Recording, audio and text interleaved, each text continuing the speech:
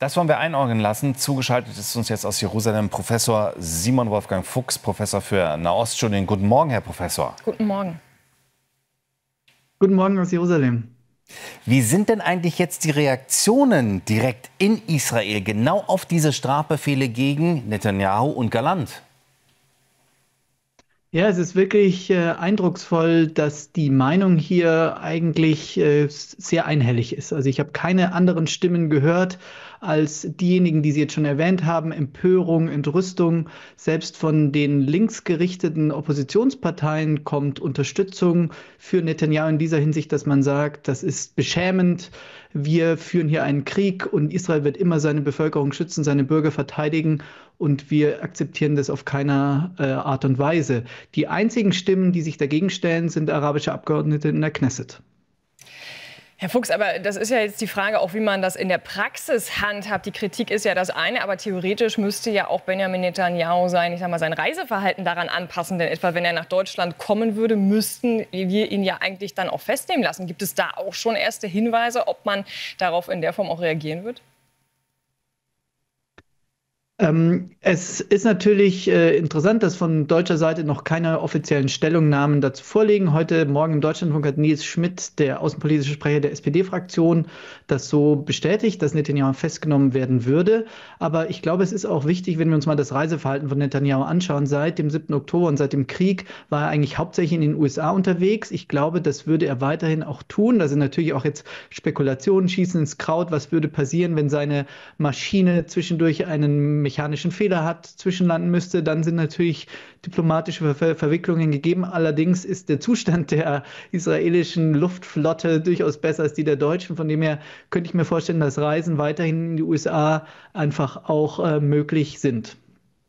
Ja, die USA erkennen ja den Internationalen Strafgerichtshof sowieso nicht an. Also da wird sicherlich keine Sorge für Netanyahu bestehen, dass er irgendwie festgenommen werden könnte. Aber was würde denn auch passieren, wenn Netanyahu jetzt demonstrativ eingeladen werden würde, zum Beispiel von Deutschland? Sie haben es gesagt, es gibt bisher nur eine Stellungnahme. Die Niederlande dagegen, der Außenminister hat bereits gesagt, ja, wenn er zu uns kommen würde, müssten wir ihn sofort festnehmen. Ist Deutschland da auch in einer Zwickmühle? Ich denke ja nur an die Staatsräson, die Deutschland für Israel hat. Richtig. Also ich kann mir aber nicht vorstellen, dass Netanyahu, da sind so viele Dinge, die auch gerade hier innenpolitisch passieren, Anklagen gegen enge Vertraute, insgesamt Schwierigkeiten, die hier von allen Seiten auch auf ihn einprasseln, dass jetzt quasi dieser Move gemacht wird, so nach Deutschland zu fliegen, um das hier auszutesten. Ich glaube, die Implikationen sind aber viel weitergehend, weil es nicht nur ihn betrifft. Es herrscht auch helle Aufregung innerhalb der gesamten israelischen Armee. Soldaten, einfache Soldaten, Kampfsoldaten und Offiziere, die in Gaza eingesetzt waren, müssen sich auch fragen, was passiert mit ihnen eventuell, wie werden europäische andere Gerichte vielleicht das auch interpretieren, was man jetzt hier an die Führung gerichtet hat. Und ich bin auch mal gespannt, hier mit Studierenden von mir zu reden, die in Gaza waren, was das für ihr Reiseverhalten bedeutet und für weite Teile der israelischen Gesellschaft. Ich glaube, es ist nicht auf die Regierung beschränkt und ich glaube, diese Konsequenz dessen ist noch nicht so ganz hier eingesickert, nachdem man gestern so sich einhellig empört hat. Ja, nun werden ja aber Netanyahu, Galland und Mohammed Deif in einem Atemzuge da quasi auch genannt. Und nun ist es ja ein bisschen verwirrend, dass Israel eigentlich davon ausgeht, dass der Militärchef der Hamas ja längst tot ist. Also wie wird das auch diskutiert, diese Haftbefehle überhaupt gegen einen vielleicht schon Toten?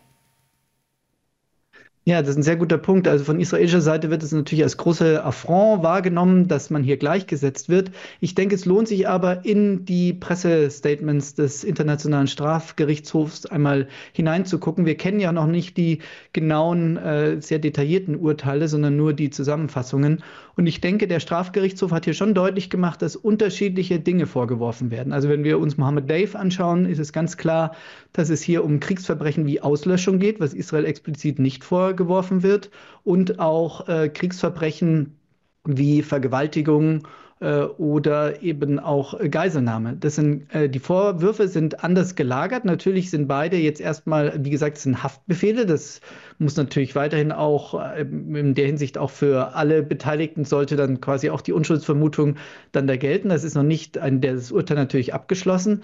Aber von israelischer Seite wird es so gesehen. Weil wenn wir uns jetzt allerdings die Vorwürfe gegen Galland und Netanyahu anschauen, dann sehen wir hier als Vorwurf des Kriegsverbrechens ist eben das Aushungern und sonst werden Verbrechen Verbrechen gegen die Menschlichkeit angeführt, die zu tun haben mit der mangelnden Einfuhr von Arzneimitteln in den Gazastreifen und diese Aspekte. Also ich denke, hier sind schon die Vorwürfe anders gelagert und der Internationale Strafgerichtshof wollte wahrscheinlich bewusst auch sagen, er ist nicht einseitig unterwegs. Aber wie Sie schon angesprochen haben, das große Dilemma ist natürlich, wen will man von Hamas-Seite noch anklagen? Und das ist natürlich in der Hinsicht auch sehr unglücklich, dass man eine Person anklagt, die wahrscheinlich nach allem, was wir wissen, schon tot ist. Herr Professor Fuchs, wir danken Ihnen für all diese Erklärungen und vor allen Dingen auch Einordnungen zu der aktuellen Lage im Nahostkonflikt. Danke nach Jerusalem. Schönen Tag für Sie. Sehr gerne.